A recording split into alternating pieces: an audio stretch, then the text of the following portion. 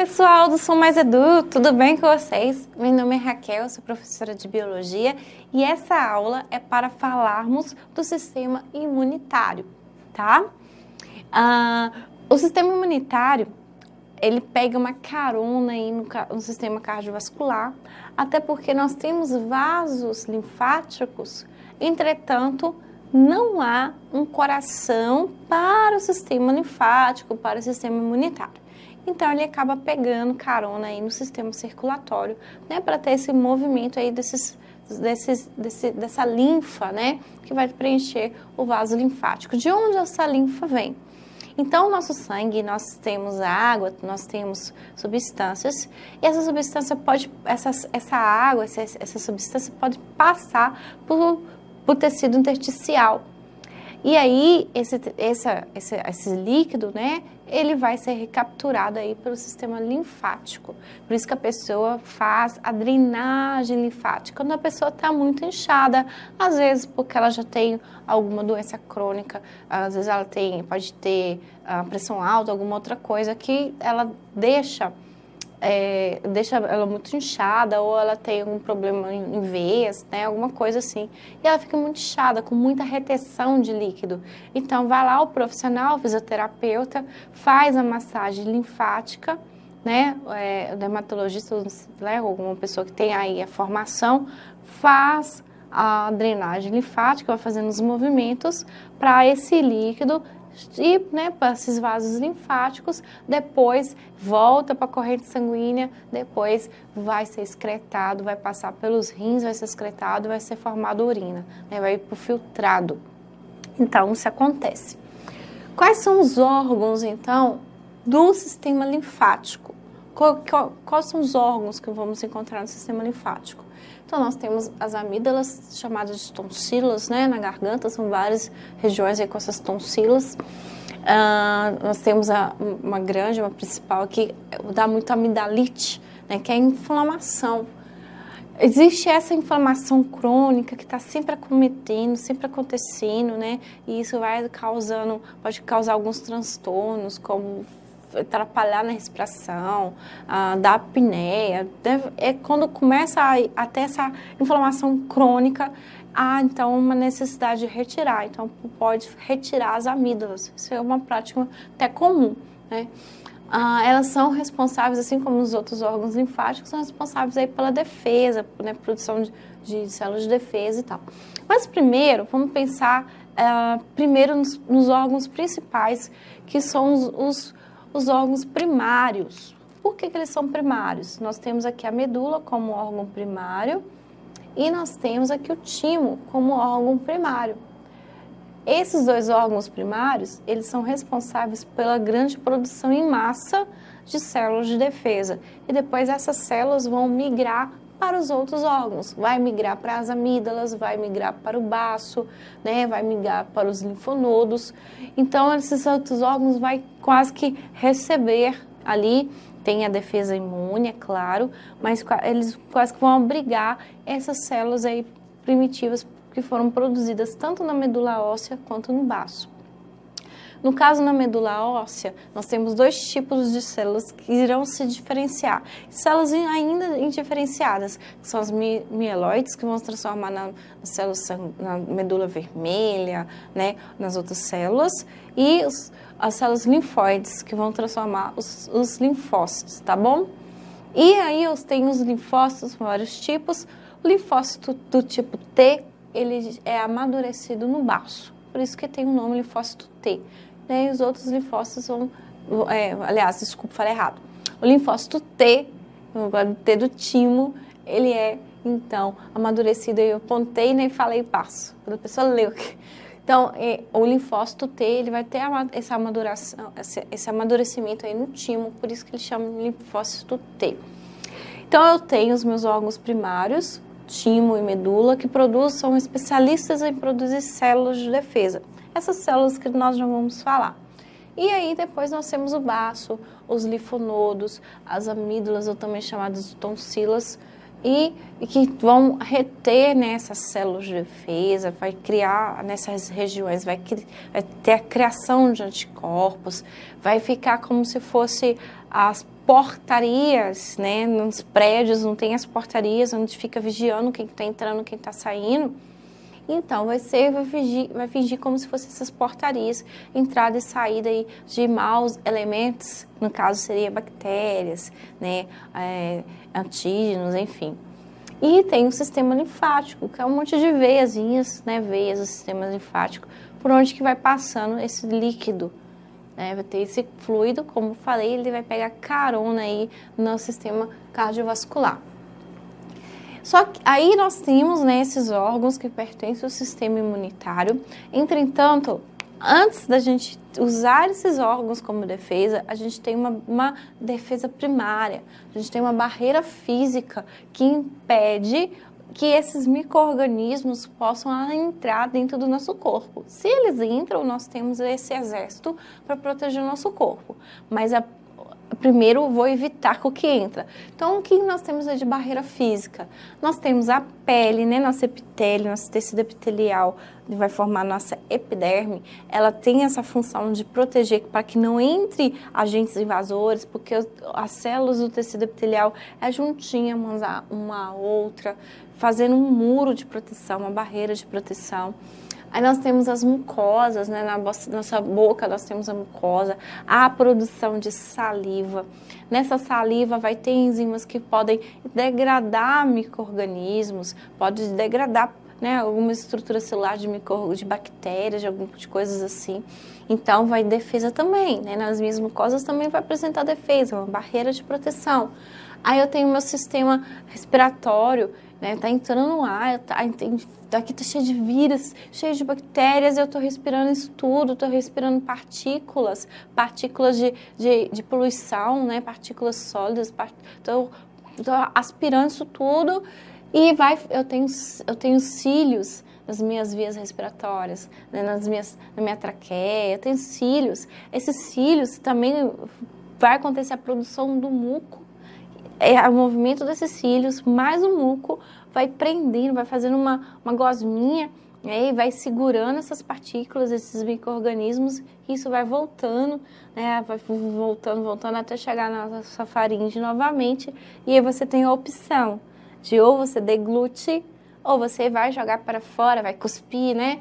Então, e vai sair aí essas partículas. Às vezes a nossa cuspida sai uma coisa meio esquisita, né? Que bom que significa que o nosso sistema está funcionando, que essa barreira aí está funcionando bacana.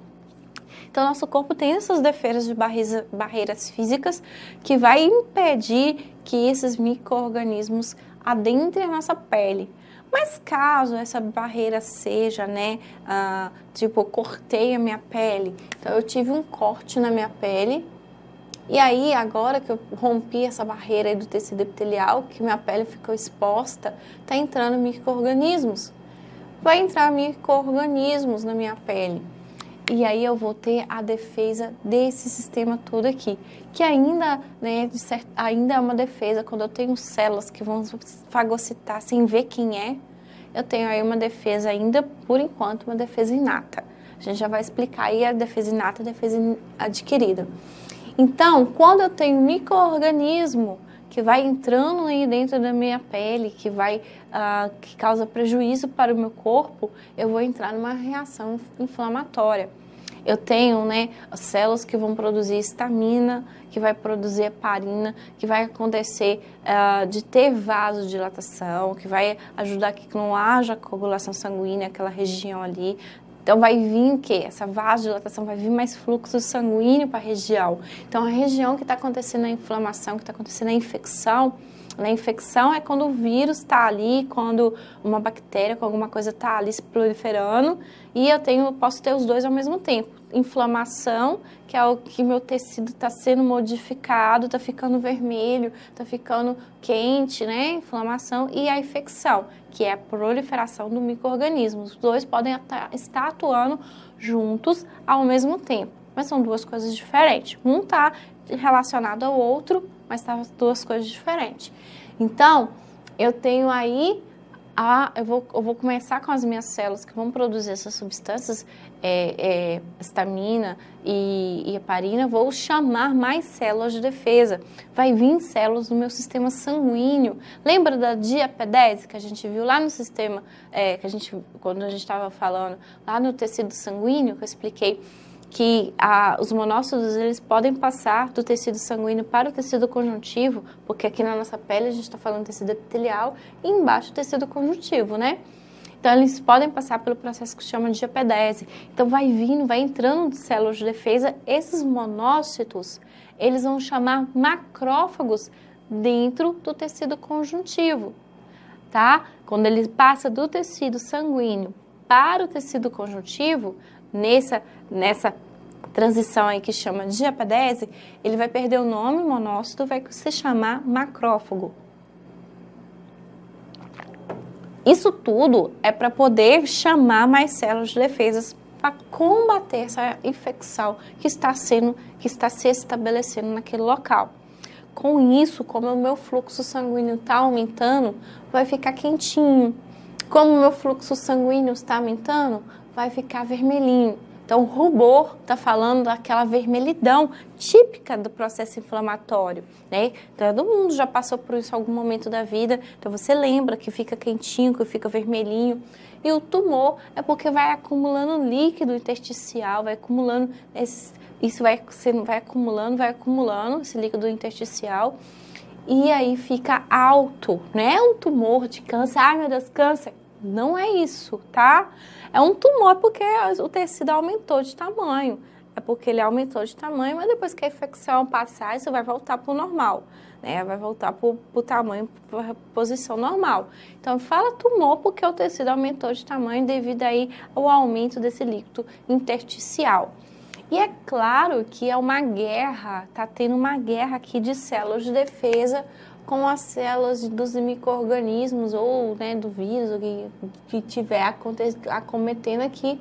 Então, vai ter uma guerra, e essa guerra vai ter soldado ferido, vai ter soldado morto, então vai ter células que vão morrer nesse trânsito todo aí, nesse caminho todo, então é daí que vem aquele pus, né? Uma infecção, com uma inflamação, vai gerar aquele pus bonito, né? Que você vai ver, que delícia. Então, o pus vem desse processo aí dessas células que estão morrendo, que estão se doando para que você se mantenha vivo, tá bom? Então, processo inflamatório, ok. E aí, nós temos a imunização humoral, isso diz respeito à produção, então, de anticorpos. Nós vamos ver aqui que eu tenho células que vão produzir os anticorpos. E a imunização celular é referente à célula que vai fagocitar, né? Ela vai fagocitar a micro-organismo em questão, a bactéria, um verme, qualquer coisa, né, que precisa ser eliminado. Então, a célula vai fagocitar, tá? Eu tenho, então, a imunização humoral, que é com a produção do anticorpo, e eu tenho a imunização celular. Então, eu tenho células de defesa, como os linfócitos B, eles são responsáveis por reconhecimento celular. Eles conseguem guardar uma memória, né? Se eu reconheço aquela célula, aquela bactéria já esteve aqui, aquilo é mau elemento. Então, eu fiz um reconhecimento celular. E aí, eu tenho a memória, já tenho aqueles anticorpos prontos ali para combater aquela bactéria, tá? Então, o linfócito B, ele é responsável pelo reconhecimento e pela produção da memória. O linfócito B, ele pode se diferenciar e se transformar em plasmócito, que é especialista na produção de anticorpos, tá bom? Plasmócito é especialista na produção de anticorpos. E nós temos aí o linfócito T4, que é o linfócito auxiliar, também responsável aí pelo reconhecimento, pela memória, né? Nós temos o linfócito, no acento aqui, o linfócito T8, que ele também pode ser chamado de natural killer, né? É uma célula que ela é responsável por muitas coisas importantes. Ela produz uma substância que ela pode provocar apoptose em outras células. Então, ela é interessante, por exemplo, uma pessoa que teve um transplante, né? Pessoas transplantadas. Então, ela consegue reconhecer que aquela célula ali não é do corpo daquela pessoa em questão. Ele consegue fazer esse reconhecimento muito específico de membranas e tal. Então, ele tem substância na membrana que ele vai conseguir reconhecer para isso, né? E aí ele vai atacar aquela célula. Sabe, uma outra coisa também que ele faz muito bem? Atacar células cancerosas, né? Essa célula consegue perceber e consegue atacar algumas células cancerosas. Claro que, às vezes, existem inúmeros tipos de câncer. O câncer ele vai se comportar de forma diferente de acordo do tecido que ele se encontra. Então, são inúmeros tipos de câncer. Mas hoje já se tem pesquisas, né, a respeito dessa célula para deixar ela mais eficaz ainda e conseguir combater cânceres mais agressivos, tá? Tem aí pesquisas desenvolvidas. Mas no dia a dia, o seu corpo está lutando contra câncer. Você sabia disso? Está lutando, principalmente nos dias atuais, que nós estamos em contato, né, com muitos alimentos que têm aditivos químicos que podem provocar câncer. A gente tem em contato com muitas substâncias, produtos advindos de agrotóxico, a própria radiação solar, né? Então, nós estamos aí, é possível, né? Possível aí de surgimento de células tumorais cancerígenas. E aí nós temos células de defesa que estão aí trabalhando para evitar que essas células cancerígenas proliferam. Então, elas vão matar essas células, né? Como as células do transplante, né? Elas vão conseguir, então, induzir aquela célula a se romper, a entrar em apoptose, que a membrana plasmática se rompa e ela entra em apoptose. E também, nessas células natural killer, né, o nome já diz, né? Matador parece serial killer. Né, mata todo mundo. Na verdade, o serial killer ele tem um padrão.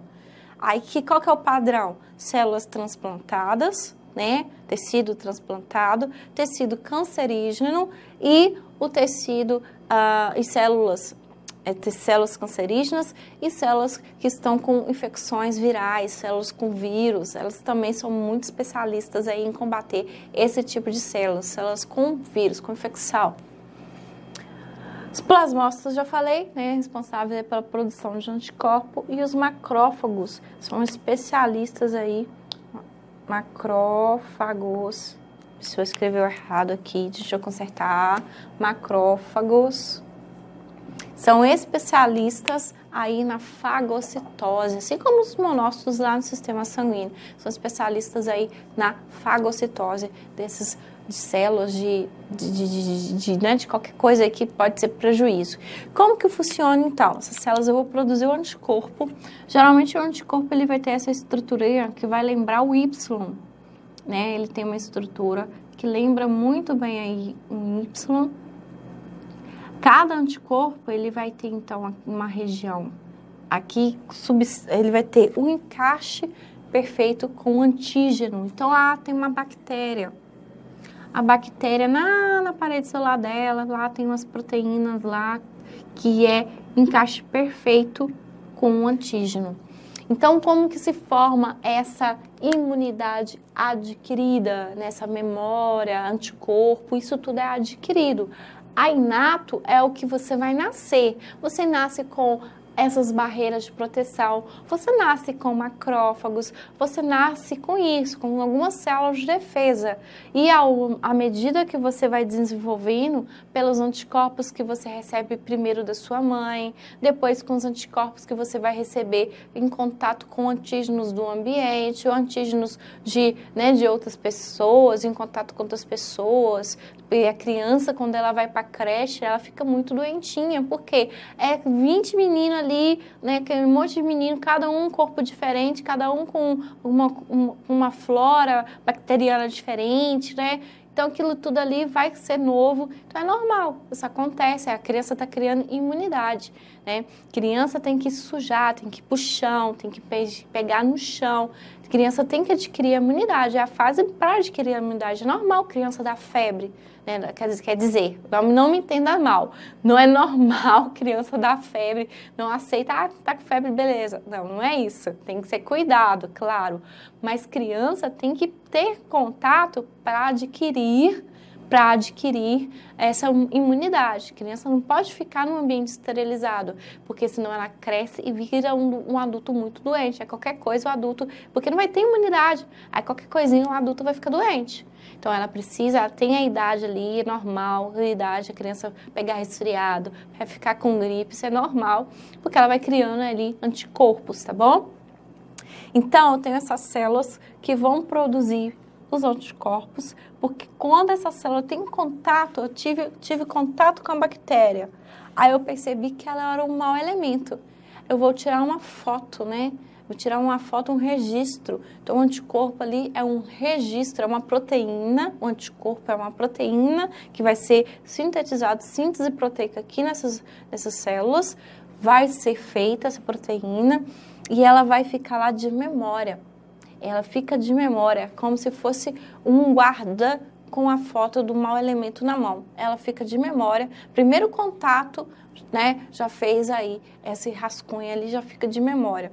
E aí, quando vem de novo aquela bactéria, ele já sabe que deve prender. Então, ele vai caminhar até a bactéria, até ele achar o antígeno. Então, aqui nós temos o antígeno. O antígeno é uma proteína também, pode ser a proteína do ser vivo ali, pode ser uma partícula. Tem gente que tem alergia à proteína do leite, tem gente que tem alergia a camarão, tem gente que tem alergia a chocolate, né? São antígenos que vão se estranhar com determinada substância que está nesses compostos. Então, pode ser até uma partícula. Aí vai desencadear uma reação alérgica, porque ele não sabe, aquilo ali é só chocolate, mas aquele antígeno ali não sabe, seu corpo não sabe que é só chocolate, ele acha que é alguma coisa ruim, que vai te matar, né? Então, começa aí a reação alérgica. Então, o antígeno, ele é específico, né? Aliás, o anticorpo ele é específico para cada antígeno. O anticorpo é específico para cada antígeno. Então, o meu anticorpo para toxoplasmose não é o mesmo para o anticorpo para leishmaniose, por exemplo. São anticorpos diferentes. Então, quando eu vou fazer o teste de imunofluorescência, que eu vou procurar esses anticorpos, né, vai dar positivo para um e negativo para o outro, porque é específico para cada antígeno, tá? É específico para cada antígeno. Falando em toxoplasmose, nós temos aí, olha só, né, a mulher, quando ela vai fazer o pré-natal, quando ela está se preparando para ter seu bebezinho, então ela precisa saber se ela teve, né, ou se ela tem uma infecção para toxoplasmose. Porque ela causa uma infecção ativa, né, quando está lá, o parasita ativo, ele vai causar má formação no feto, né, vai causar alguns problemas. Então, eu tenho que saber porque eu tenho que tratar. Então, ela vai fazer o exame de sangue, que é a imunofluorescência, que vai procurar anticorpos. 2 tipos de anticorpos, né, que é o IgG e o IgM. O IgG e o IgM. O IgG maiúsculo e o IgM. O IgG, ele é um indicativo de que em alguma época da vida dela, a pessoa, quando dá positivo, né, o IgG positivo, significa que alguma vez na vida dela teve contato com esse parasita e aí criou uma memória. Então, o IgG é uma memória. O IgM, se ele der positivo, se o IgM der positivo, né, significa que a infecção está ativa. Então, naquele momento, tem parasita habitando o corpo daquela mulher. Não é só o anticorpo de memória que está ali, que tem algum parasita ali. Então, se o IgM dá ativo, porque tem parasita ali dentro do corpo. Então, a mulher tem que fazer um tratamento. Agora, se ela tem um IgG positivo, ela pode ficar mais tranquila. Significa que ela já tem anticorpo. Se ela tiver contato com o parasita novamente, provavelmente o corpo dela vai combater ele e não vai desenvolver infecção. Agora, se dá IgG negativo, aí ela tem que ficar preocupada. Ter mais atenção na alimentação, evitar ficar perto de gatos, né? Para evitar de pegar o parasita. Se ela pegar, como ela não tem memória, como ela não tem anticorpo de memória, então o corpo dela provavelmente vai passar por uma infecção e pode ser prejudicial, ok? Então, apagador, não sei onde está. Então, veja bem. Então, eu tenho, né, o anticorpo que vai correr atrás do antígeno. E aí, dessa imunidade adquirida, eu tenho dois tipos. Eu tenho a imunidade passiva, que significa que eu já vou receber o anticorpo pronto. Então, se eu fui picada por um escorpião, por uma cobra, por uma serpente, cada espécie vai ter um tipo de toxina. Vai ter um tipo lá de substância tóxica para o meu corpo. Dependendo da espécie, essa toxina pode ser necrosante, formar necrose. Essa toxina pode ser neurológica, afetar meu sistema neurológico. Então, cada espécie tem um tipo e aí cada espécie tem um soro. Então, é produzido o soro, né? O soro, ele vou induzir, né, na minha cobaia, vou induzir aquela substância para que produza esse anticorpo, que vai ser o soro. E aí a pessoa, quando ela é picada, ela recebe o soro com esses anticorpos já prontos, que vão neutralizar a substância que é tóxica para o meu corpo. Então, a imunidade passiva, eu vou receber o soro. É uma imunidade temporária. Ela funciona apenas no momento que eu recebo. Aí os anticorpos vão trabalhar, depois que eles trabalham, pronto, acabou. Agora, a imunidade ativa, aí eu vou receber uma vacina. A imunidade ativa, eu vou receber uma vacina. Presta atenção que, né, nós temos aí atualmente um movimento anti-vacina que está tomando, né, muito lugar na mídia, está, né, se falando muito disso a respeito. O que é o movimento anti-vacina? São pessoas que se justificam, né, com algumas coisas até às vezes sem um pouquinho de fundamento, mas elas se justificam falando que as vacinas causam mal.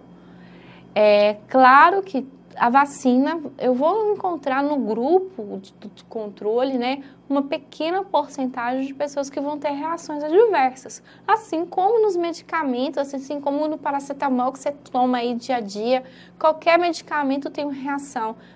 Seu metabolismo, cada pessoa tem um metabolismo. Então, pode ser que dentro de alguns milhões, vai encontrar um que vai ter uma reação. Mas o benefício é muito maior, né?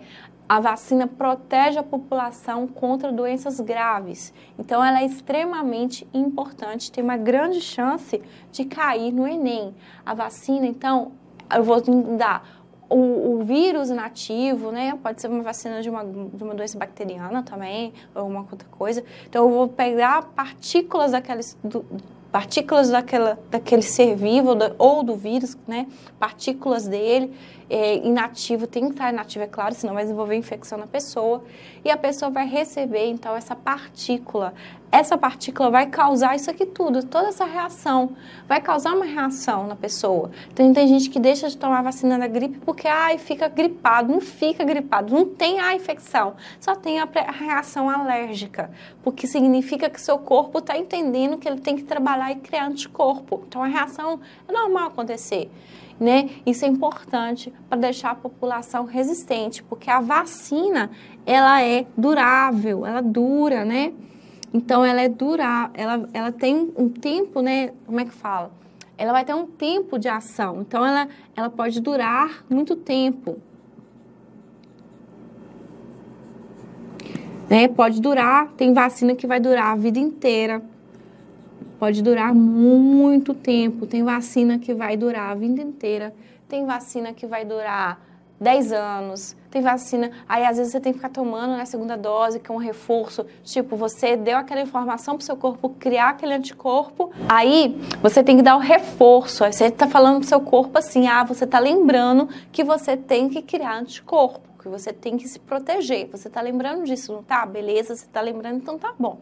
Então, é mais ou menos assim que a vacina vai funcionar, tá? Ela é eficiente, é a forma que tem de proteger as crianças, de proteger o recém-nascido. Então, a vacina, ela é muito importante, né? Não é irrisório aquilo que pode, né, causar algum mal, é irrisório comparado ao benefício, né, da vacinação.